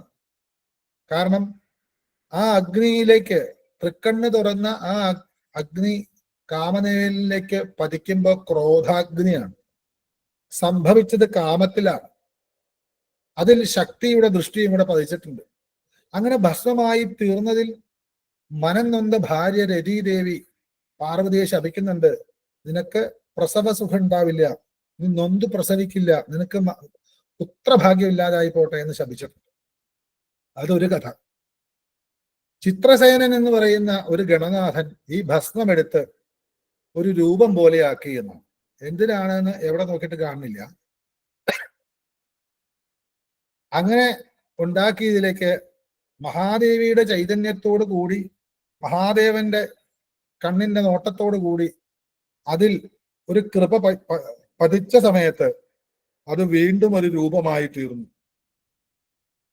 കാമദേവന്റെ ശരീരശക്തിയിലേക്ക് മഹാദേവന്റെ ക്രോധാഗ്നിയും മഹാദേവിയുടെ കാരുണ്യവും ചേർന്ന് ഉണ്ടായിട്ടുള്ള ചിത്രസേനാൽ നിർമ്മിക്കപ്പെട്ട ആ ഭസ്മരൂപം ജീവൻ എടുത്തു എന്നാണ്. അതിന്റെ ഉള്ളർത്ഥങ്ങളിലേക്ക് കയറിയാൽ ഒരു ദിവസമൊന്നും മതിയാവില്ല. ഞാനിപ്പോ അങ്ങോട്ട് കിടക്കുന്നില്ല. ഇത് കണ്ട തന്റെ മകനാണല്ലോ കാമദേവൻ, എന്തായാലും വീണ്ടും ജനിച്ചല്ലോ എന്ന രീതിയിൽ അറിയാതെ പറഞ്ഞുപോയി ഭാഗ്യം ഭാഗ്യം. അതായത് ഭണ്ഡ ഭണ്ഡ എന്ന് പറഞ്ഞു എന്നാണ്. ഭണ്ഡ എന്നുള്ളതിന് വേറെ പല അർത്ഥങ്ങളുണ്ട്. അങ്ങനെ ഈ മഹാദേവന്റെ കോപം തീരാനായിട്ട് ശതരുദ്രീയം എന്ന് പറയുന്ന മന്ത്രം പറഞ്ഞു കൊടുത്ത് അത് ജപിപ്പിച്ച് മഹാദേവന്റെ പ്രീതി ഉണ്ടാക്കി ഈ ഭണ്ഡൻ. ബ്രഹ്മാവാണ് പേരിട്ടത്. 60,000 വർഷം ആരുടെയും മുമ്പിൽ പരാജയപ്പെടാതെ ജീവിക്കുവാനുള്ള അനുഗ്രഹം. ഇത് നമുക്ക് ഭണ്ഡാസുരന്റെ കഥ പറയുമ്പോൾ ബാക്കിയെല്ലാം പറയാം. ഈ ഭണ്ഡാസുരന് സർവ്വവിധത്തിലുള്ള കഴിവുകളും അനുഗ്രഹങ്ങളും ഒപ്പം 60,000 വർഷമാണ് ഭരിച്ചത്. അതിന്റെ അഹങ്കാരത്താൽ അസുരന്മാരോട് ചേർന്ന്, അല്ലെ, സത്സംഗത്തെ നിസ്സംഗത്വം എന്ന് പറയുന്ന പോലെ സത്സംഗം ഉണ്ടായാലേ നിസ്സംഗത ഉണ്ടാവും. ദുർജനങ്ങളോട് കൂടിക്കഴിഞ്ഞാൽ ദുസ്സംഗം ഉണ്ടായാൽ അയാളുടെ സ്വഭാവം അതാവും. അങ്ങനെ ആസുരിക ഭാവം കൈവന്ന ഭണ്ഡൻ ഭണ്ഡാസുരനായി തീർന്ന് ലോകത്തെ മുഴുവൻ കീഴടക്കി 60,000 വർഷം ഈ ഭൂമിയെ അല്ലെങ്കിൽ പ്രകൃതിയെ എല്ലാ തരത്തിലും അനുഭവിച്ചുകൊണ്ടും ദ്രോഹിച്ചുകൊണ്ടും എല്ലാവരെയും അടിച്ചോടിച്ചുകൊണ്ടും എല്ലായിടത്തും തന്നെ അധികാരം സ്ഥാപിച്ചുകൊണ്ടും ദുർവാസനയുടെ കാമത്തിൽ നിന്നുണ്ടായ ക്രോധത്തിൽ നിന്നുണ്ടായ വീണ്ടുമുള്ള ജനനത്തിലൂടെ ആർക്കും തടുക്കാൻ പറ്റാത്ത രീതിയിലായപ്പോ ഇതിന്റെ ഉത്ഭവം കാമത്തിൽ നിന്നാണ്, കാമദേവനിൽ നിന്ന്. അതിനെ അടക്കണമെങ്കിൽ ക്രോധത്തെ അടക്കാൻ ആർക്കും സാധ്യമല്ല, കാമത്തെ വേണം അടക്കാൻ. അതിനെന്തുപായം എന്ന് ചോദിച്ച സമയത്തായിരിക്കാം സാക്ഷാൽ കാമേശ്വരിയെ, ലളിതാ പരമേശ്വരിയെ, ഈ കാമബാണം കയ്യിൽ പിടിച്ചുകൊണ്ടിരിക്കുന്ന ആ ദേവിയെ തന്നെ പ്രപഞ്ചശക്തിയെ തന്നെ, പ്രപഞ്ചത്തിന്റെ മുഴുവനും കാമത്തെ ഉണ്ടാക്കിയിരുന്ന ഒരു ശക്തിഭാവം കാമദേവൻ, അത് ദഹിച്ചുണ്ടായതാണ്. അതിനെ എതിർക്കാൻ, അതിനെ നശിപ്പിക്കാൻ പ്രപഞ്ചത്തിലെ ആർക്കും സാധ്യമല്ല എന്നുള്ളത് കൊണ്ട് ആ പ്രപഞ്ചജ്ഞാനമാകുന്ന യോജന വിസ്താരമുള്ള ഒരു കുണ്ടമുണ്ടാക്കി എങ്ങനെ മഹായാഗം ചെയ്യണം എന്നുള്ള അതിന്റെ ആരാധനാ വിധാനം മനസ്സിലാക്കി ഇന്ദ്രന്മാര് മുഴുവനും ഇരുന്ന് ജപവും തപവുമായിട്ട് അനേകായിരം വർഷം യാഗം ചെയ്തു എന്നാണ്. അങ്ങനെ യാഗം ചെയ്തിട്ടും മഹാദേവി പ്രത്യക്ഷപ്പെടാത്തത് കൊണ്ട് തന്റെ കൈയും കാലുകളും എവിടെയൊക്കെയാണോ മുറിച്ചു ഹോമിക്കുക, അംഗങ്ങൾ മുഴുവനും തനിക്ക് എന്തിനു വേണ്ടിയാ യാഗം ചെയ്തത്? ആ സ്ഥാനം പോവാതിരിക്കാൻ, സുഖലോലുപതയ്ക്ക് വേണ്ടി. ആ സുഖലോലുപത സ്ഥാനമൊക്കെ സ്വീകരിക്കണമെങ്കിൽ ഈ ശരീരം വേണം. പക്ഷെ ആ യാഗത്തിന്റെ ഉയർച്ച കൊണ്ട്, തന്റെ ആവശ്യത്തിന്റെ ശക്തി കൊണ്ട്, സ്വാർത്ഥത കൊണ്ട് ദേവിയെ പ്രത്യക്ഷപ്പെടുത്തുവാൻ വേണ്ടി കയ്യും കാലൊക്കെ മുറിച്ചു ഹോമിക്കാൻ തുടങ്ങി. അവിടെ ത്യാഗത്തിന്റെ, പരിപൂർണ സമർപ്പണത്തിന്റെ, ഇതൊന്നും ശരിയല്ല എന്ന് പറയുന്ന ഒരു ഭാവം, ഞാൻ നല്ല സത്യം, എൻ്റെ ഉള്ളിലെ ഈശ്വരനാണ്, ആത്മാവാണ് സത്യം എന്ന് പറയുന്ന ശരീരബോധമില്ലാതെ പോയ ഒരു യാഗഭാവം, അതാണ് ജ്ഞാനഭാവം, അതാണ് ചിദഗ്നികുണ്ഡം. സാധാരണ ഹോമകുണ്ഡം കൂട്ടിയാലും ഇത്രയും സമർപ്പണമുള്ള ഒരു അഗ്നിയായാൽ അതിന്റെ പേരും ചിദഗ്നികുണ്ഡമാകും. ആ കുണ്ഡം നമ്മുടെ ഉള്ളിലുണ്ട്, അതൊക്കെ പിന്നീട് ചിന്തിക്കാം. ആ ഹോമകുണ്ഡത്തിൽ നിന്നും ഈ ദേവന്മാരുടെ ഈ ആഗ്രഹം, ഭണ്ഡാസുരനെ വധിക്കണം എന്നുള്ള ആഗ്രഹത്തിനെ വേണ്ടിയിട്ട് ദേവകാര്യത്തിന് വേണ്ടി സമ്യക്കാകും വണ്ണം ഉദിച്ചവൾക്ക് നമസ്കാരം. എവിടെ ഉദിച്ചു? ചിദഗ്നികുണ്ഡ സംഭൂത. അങ്ങനെ ഭഗവതി ആ ഹോമകുണ്ഡത്തിൽ നിന്ന് ഇങ്ങനെ ഉയർന്നു വന്ന സമയത്ത് ആദ്യം കണ്ടത് എന്താണ്? പിന്നീട് എന്താണ് കണ്ടത്? അതിനുശേഷം എന്താണ് കണ്ടത്? അങ്ങനെ ദേവിയുടെ പാദം വരെ കാണുന്ന രീതിയിലുള്ള ഒരു ധ്യാന വിശേഷമാണ് ചതുർബാഹു സമന്വിത, അല്ലെ ഉദ്യത്ഭാനു സഹസ്രാഭ ചതുർബാഹു സമന്വിത എന്ന് പറയുന്ന അടുത്ത മന്ത്രം. അപ്പൊ ഇങ്ങനെ ഉദിച്ചു വരികയാണ്, സംഭൂതയായിട്ട് വരികയാണ്. എന്തിനു വേണ്ടിയിട്ടാ? ദേവകാര്യത്തിന് വേണ്ടി ചിദഗ്നികുണ്ഡത്തിൽ ഉദിച്ചുയർന്ന ദേവി പിന്നീട് അതിനെ പറയാണ് ഉദ്യത്ഭാനു സഹസ്രാഭ. എങ്ങനെയായിരുന്നു ശോഭ? എന്തൊക്കെയായിരുന്നു കയ്യില്? എന്തായിരുന്നു മുഖഭാവം? എങ്ങനെയായിരുന്നു ആഭരണം? എന്നൊക്കെ രീതിയിൽ പറയുന്ന രീതിയിൽ ഒരു സ്ഥൂലപരമായിട്ടുള്ള ഫിസിക്കൽ ബോഡി ഒരു വിവരണമാണ് ആദ്യത്തെ കുറേ മന്ത്രങ്ങളില്. അങ്ങനെ ദേവിയുടെ കിരീടം തൊട്ട് പാദം വരെയുള്ള ഓരോ അംഗത്തെയും അംഗപ്രത്യംഗങ്ങളെയും വർണ്ണിച്ചുകൊണ്ടുള്ള അനവധി മന്ത്രങ്ങളിലൂടെയാണ് ഇനി വരാൻ പോകുന്നത്. അപ്പൊ എന്താണ് ചിദഗ്നികുണ്ഡം എന്ന് ഒരു മാത്രം ഒരു വിഷയം എടുത്ത് പറഞ്ഞാൽ ഒരാഴ്ചയെങ്കിലും വേണ്ടി വരും ഈ പ്രപഞ്ചത്തിന്റെ മുഴുവനും ശാസ്ത്രത്തെ കോട്ട് ചെയ്ത് പറയുന്നത്. എന്തായാലും പ്രപഞ്ചജ്ഞാനം എന്നൊക്കെ വിട്ടാലും ദേവേന്ദ്രനും കൂട്ടരും ഇരുന്ന് തന്റെ സമ്പൂർണമായിട്ട് ശരീരമല്ല എനിക്ക് വേണ്ടത്, എനിക്ക് സമാധാനമാണെന്നുള്ള രീതിയിലേക്ക് അവനവന്റെ ശരീരം പോലും മുറിച്ച് ഹോമിക്കാൻ തുടങ്ങിയ ആ ജ്ഞാനത്തിന്റെ പരമകാഷ്ഠയിൽ എത്തിയിട്ടുള്ള അഗ്നിഭാവം, അഗ്നികുണ്ഡഭാവത്തിൽ ഈ ദേവന്മാരുടെ കാര്യം മനസ്സിലാക്കി ഭണ്ഡാസുരനെ വധിക്കാന്നുള്ളതാണ് ദേവകാര്യം. അതിനായിക്കൊണ്ട് ആ ചിദഗ്നികുണ്ഡത്തിൽ നിന്നും ദേവന്മാരുടെ കാര്യസാധ്യത്തിനായിക്കൊണ്ട് ഉദിച്ചുയർന്ന അമ്മയാണ് ഈ സിംഹാസനത്തോടു കൂടി തന്നെ ശ്രീമാതാവായിട്ട് ശ്രീ മഹാരാജ്ഞി ഭാവത്തിൽ ശ്രീമത് സിംഹാസനേശ്വരിയായിട്ട് ഉദിച്ചുയർന്നു എന്ന് പറഞ്ഞാൽ ഇതിനു മുമ്പേ അമ്മ ഉണ്ടായിരുന്നു എന്നർത്ഥം. അതുകൊണ്ട് ഇവർ ഹോമകുണ്ഡത്തിൽ നിന്നൊരു പ്രത്യേക സൃഷ്ടി ഉണ്ടായതല്ല, അവരുടെ സമ്പൂർണ്ണ ജ്ഞാനത്തിൽ നിന്നും പൂർണ്ണ സമർപ്പണത്തിൽ നിന്നും അമ്മയ്ക്ക് ഈ രൂപത്തിൽ അവതരിക്കേണ്ടി വന്നു. ഇതാണോ ലളിതാദേവിയുടെ രൂപം ചോദിച്ചാൽ ആണ് എന്ന് പറയാൻ വയ്യ. ഇവരെ രക്ഷിക്കുവാനുള്ള നരസിംഹം എന്ന് വെച്ചാൽ നരസിംഹം അല്ല ശരിക്കുള്ള രൂപം, മഹാവിഷ്ണുവാണ്. അങ്ങനെ നരസിംഹമായിട്ട് ജനിച്ചു എന്ന് പറഞ്ഞാൽ അതിനു മുമ്പ് ഇല്ല, അതിന് പിന്നീടും ഇല്ല. ഇതേപോലെ ഇവർക്ക് ഭണ്ഡാസുരനെ കൊല്ലണം എന്നുള്ളതാണ് ആഗ്രഹം എന്നുള്ളത് കൊണ്ട് അതിന് പാകത്തിന് ജനിച്ച ചിദഗ്നികുണ്ഡത്തിൽ നിന്ന് ജനിച്ച ദേവന്മാരുടെ കാര്യത്തിന് വേണ്ടി ജനിച്ച രൂപമാണ് ലളിതാ പരമേശ്വരി. അത് പല ഭാവത്തിലുണ്ട്. ഇവിടെ ലളിതാ പരമേശ്വരിയായിട്ട് ജനിച്ചു. ആ അമ്മയാണ് ശ്രീമാതാവും ശ്രീ മഹാരാജ്ഞിയും ശ്രീമത് സിംഹാസനേശ്വരിയും എന്ന് മനസ്സിലാക്കുന്നത്. കഥ പോലെ പറഞ്ഞാലാണ് ഞാൻ അടുത്ത മന്ത്രങ്ങളിലേക്ക് കയറാൻ പറ്റും. ഈ രണ്ടു മൂന്ന് മന്ത്രങ്ങൾ ഈ പുരാണം പറയാതെ പറഞ്ഞാൽ നിങ്ങൾക്ക് മനസ്സിലാവില്ല. ഭണ്ഡാസുരനെ വധിക്കുവാനായിട്ട് ദേവന്മാർ ചെയ്ത മഹായാഗകുണ്ഡത്തിൽ നിന്നും അമ്മ ദേവന്മാരെ രക്ഷിക്കുവാൻ വേണ്ടി ജനിച്ചു എന്ന് പറയുന്ന കുറെ പുരാണങ്ങൾ ഞാൻ മുഴുവനൊന്നും കഥയിലേക്ക് പോയില്ല, നിങ്ങൾക്ക് അറിയാവുന്നത് കൊണ്ട്. അതാണ് ഈ പറയുന്ന ചിദഗ്നികുണ്ഡ സംഭൂത ദേവകാര്യ സമുദ്യത എന്നുള്ള രണ്ട് മന്ത്രങ്ങളുടെ താല്പര്യം.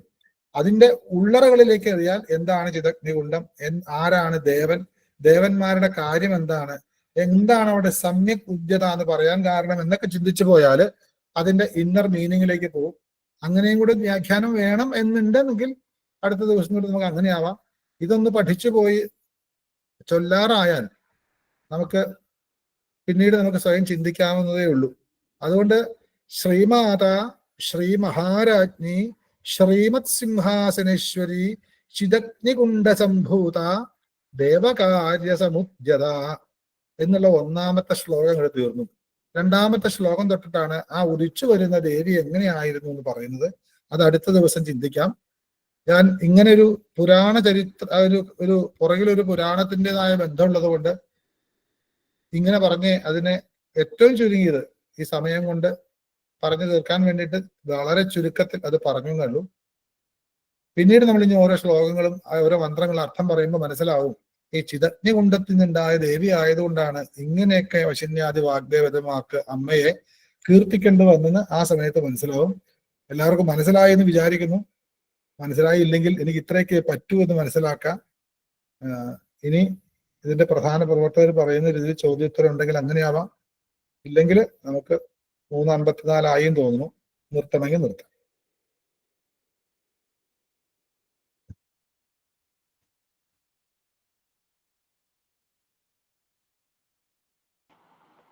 ആർക്കെങ്കിലും എന്തെങ്കിലും ചോദ്യങ്ങൾ ഇന്നത്തെ ക്ലാസ് ഭാഗത്തിനെ പറ്റി ചോദിക്കാൻ എന്തെങ്കിലും ഉണ്ടെങ്കിൽ നമുക്ക് 5 മിനിറ്റ് ഉണ്ട്, ഒന്ന് ചോദിക്കാം.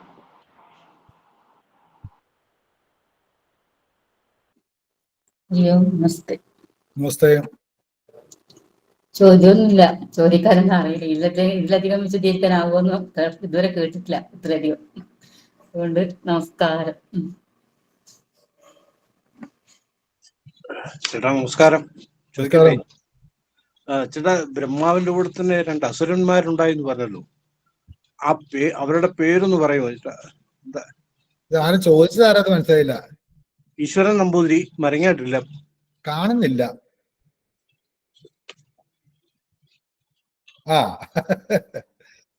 അല്ല, അത് ദേവി മഹാത്മ്യത്തില് എല്ലാത്തിലും ഉള്ളതാണ്. മധുകൈടഭൻ.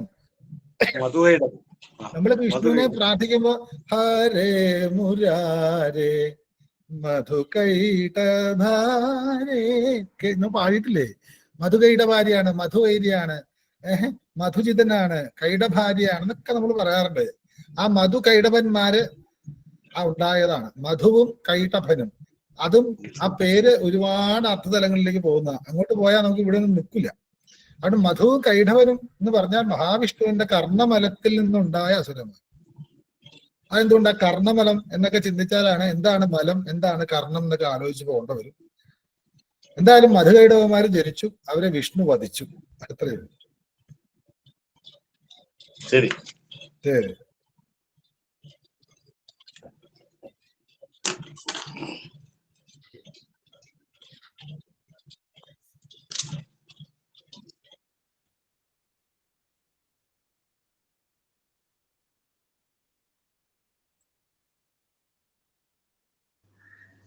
നമസ്കാരം.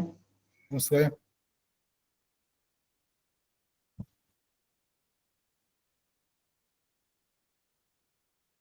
ചോദിക്കാനൊന്നുമില്ലെങ്കിൽ നമുക്ക് നിർത്താം.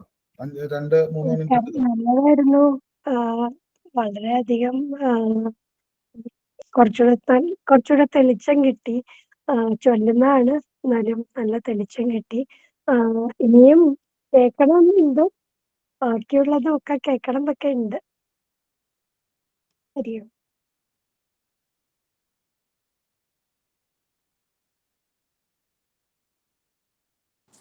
ആചാര്യജി നമസ്തേ. നമസ്തേ. ഇതിൽ അടങ്ങിയിരിക്കുന്ന തത്വങ്ങളെ കുറിച്ചും അറിയണം എന്നൊരാഗ്രഹമുണ്ട്. തീരില്ല ക്ലാസ്, 1000 നാമുണ്ട്. കുറച്ച് ഇടയ്ക്കിടയ്ക്ക് പറഞ്ഞു പോവാം. പിന്നെ നിങ്ങളും ചിന്തിക്കാം. നിങ്ങളും നിഘണ്ടുവും ഡിക്ഷണറിയും ഒക്കെ മേടിച്ച് അതിന് എന്തെങ്കിലും വേറെ അർത്ഥമുണ്ടോ എന്നൊക്കെ ആലോചിച്ച് ചുഴിഞ്ഞിറങ്ങി ചിന്തിക്കും. എന്നെ കൊണ്ടാവുന്നത് ഞാൻ പറയാം. കാരണം നമുക്ക് 1 മണിക്കൂർ ഞായറാഴ്ച കിട്ടുള്ളൂ. അതുകൊണ്ട് നമുക്ക് ക്ലാസ് കഴിക്കാൻ വേണ്ടിയിട്ടല്ല, എങ്കിലും അതിന്റെ സാമാന്യ തലവും കുറച്ചൊരു ആന്തരിക തലവും പറഞ്ഞാലും വീണ്ടും അതിലേക്ക് പോയി കഴിഞ്ഞാൽ, ഇപ്പൊ ദേവ എന്ന് വെച്ച് കഴിഞ്ഞാൽ ദേവൻ എന്താണ്, ദേവൻ എന്ന് പറയുകയാണെങ്കിൽ എത്രയോ കാര്യങ്ങൾ പറയേണ്ടി വരും. അപ്പൊ അതുപോലെ അങ്ങനെ പറയാതിരിക്കാൻ പറ്റില്ല എന്ന് പറയുന്ന പല മന്ത്രങ്ങളുണ്ട്. അത് പറഞ്ഞേ പറ്റൂ. അങ്ങനെയുള്ളത് എന്തായാലും പറഞ്ഞിരിക്കും. ഇത് തൽക്കാലം ഇങ്ങനെ മനസ്സിലാക്കുക ഭക്തിയോടെ. പിന്നെ ഇതിന്റെ ആ ഒരു കുറച്ച് വേദാന്തത്തിലേക്കൊക്കെ പോകും. അങ്ങനെ പോയാൽ ക്ലാസ്സിനും എല്ലാവർക്കും ഒരു സമാധാനം കിട്ടിയെന്ന് വരില്ല എന്നുള്ളത് കൊണ്ടാണ്. നോക്കാം, പരമാവധി നോക്കാം. ഓക്കെ.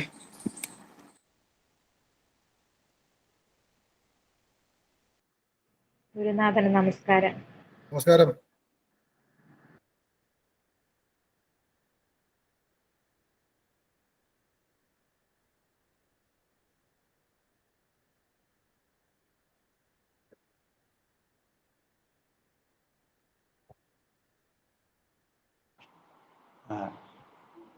ആർക്കും പ്രത്യേകിച്ച് വേറെ പറയാനൊന്നുമില്ലെങ്കിൽ നമസ്കാരം. എല്ലാവർക്കും നമസ്കാരം. ഇത്രയും അറിവുകൾ നമുക്ക് തരുന്ന അങ്ങേക്ക് വീണ്ടും